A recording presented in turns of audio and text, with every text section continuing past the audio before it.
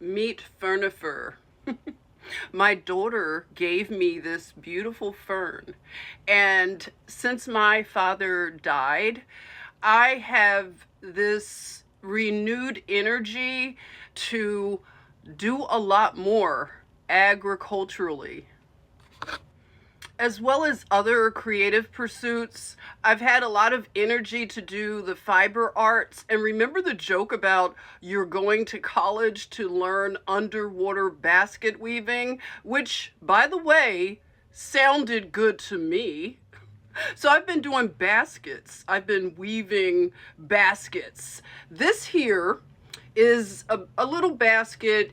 It was made from a macrame type of fiber, so it's a natural, like a hemp or jute. So this is just a little shallow something that you could put in, maybe jewelry. In fact, I made some little earrings, little crocheted flower earrings to bring back that agriculture, that vibe, the plant people that I love on TikTok. I'm learning so much, and my house plants and everything that I'm planting right now is doing really well. So this is a good way to honor my father and share this with my grandsons. They are naturals, natural agriculturalists. I love it. Look at this one. I'm calling it the farmer's market basket. It's not finished yet. I'm going to do more with the handles, but it's a nice wide basket that you can put all of your fresh produce, that you're supporting your local farmers, agriculturalist. And yes, I am weaving these baskets underwater because I'm under the firmament. Let's talk about the firmament a little bit. But before that, one more bag. This wouldn't be a basket, but it's a pocketbook, okay? What do you think? So I love the granny squares and all of that. So this one I did a cute little liner, and I have to figure out how to put I have some snaps that I'm going to do the magnetic technology. Let's talk about it. Let's get into it. So what do you think? Really groovy, right? Sky water. So I feel like a late bloomer because I didn't know about Radium Springs. So I went to Radium Springs, Georgia, and I learned so much. It blew my mind. First of all, the historical narrative about this place, I don't believe anymore, thanks to you, mud flood Tartarian people. You taught me how to look at stuff. I was looking at ancient mason work that I knew didn't match up. They had a hotel and casino that was an elite, establishment. They had galas and all kinds of stuff. It was destroyed through flooding, and they had the foundation of this hotel is still standing. Now they had these radium spring waters, and it's near the Flint River. So the radium water is this beautiful blue.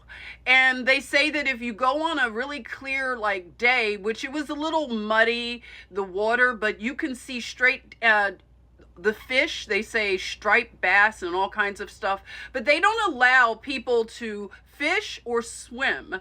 Now, radium, I had to look it up, and it has the whole uranium, which we hear a lot about uranium, and I want to study more about it. But radium, it was believed that it cured certain things. I can't say that because we are under the Rockefeller, type of medical system where this stuff is called quackery. But we had President Roosevelt used to come down and get in the radium springs, and lots of people did. Now, this story that, they found to scare people away from this type of thing, it sounds a lot like anything that happened with the prohibition of things.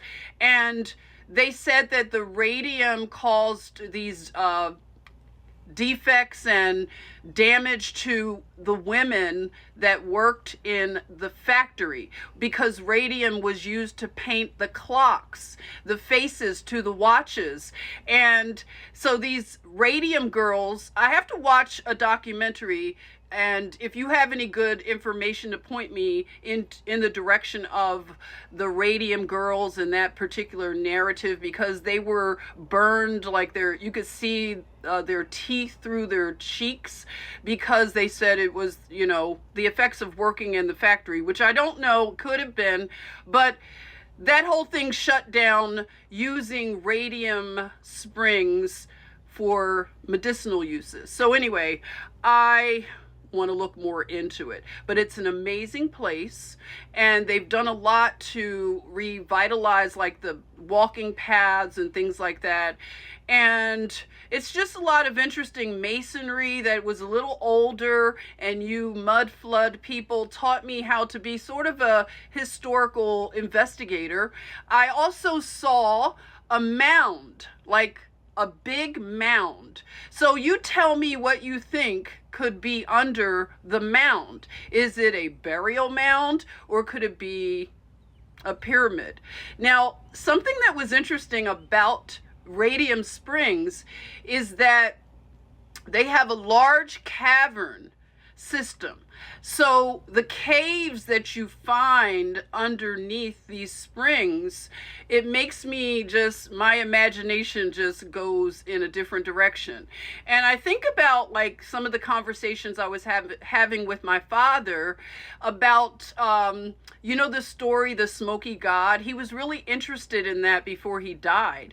And I was talking to him about lands like terra incognita, lands unknown.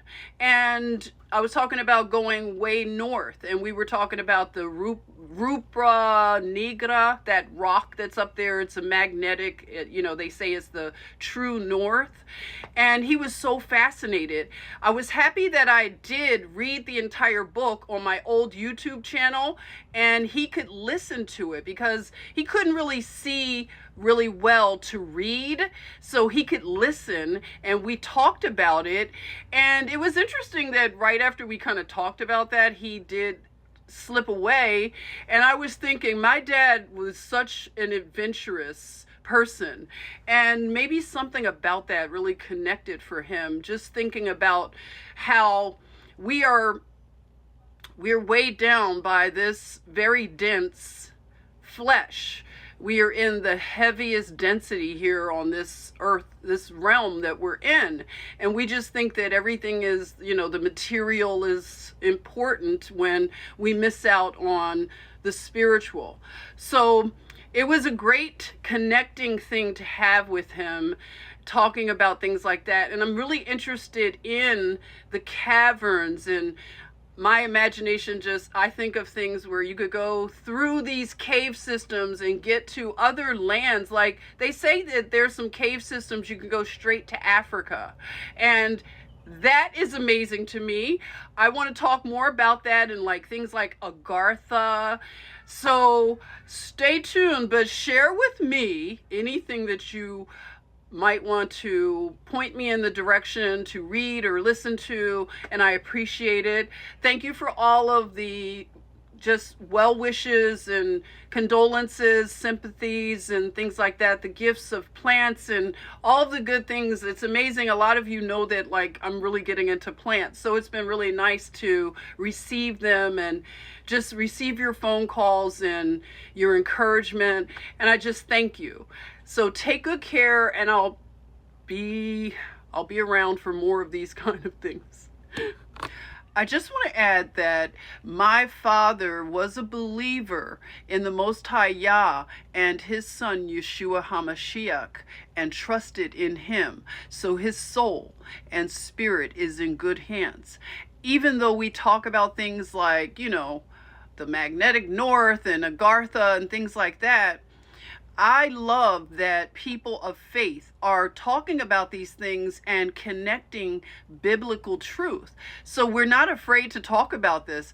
One thing that I would like to see is and hear someone from a biblical standpoint talk about sleep and where do we go when we sleep.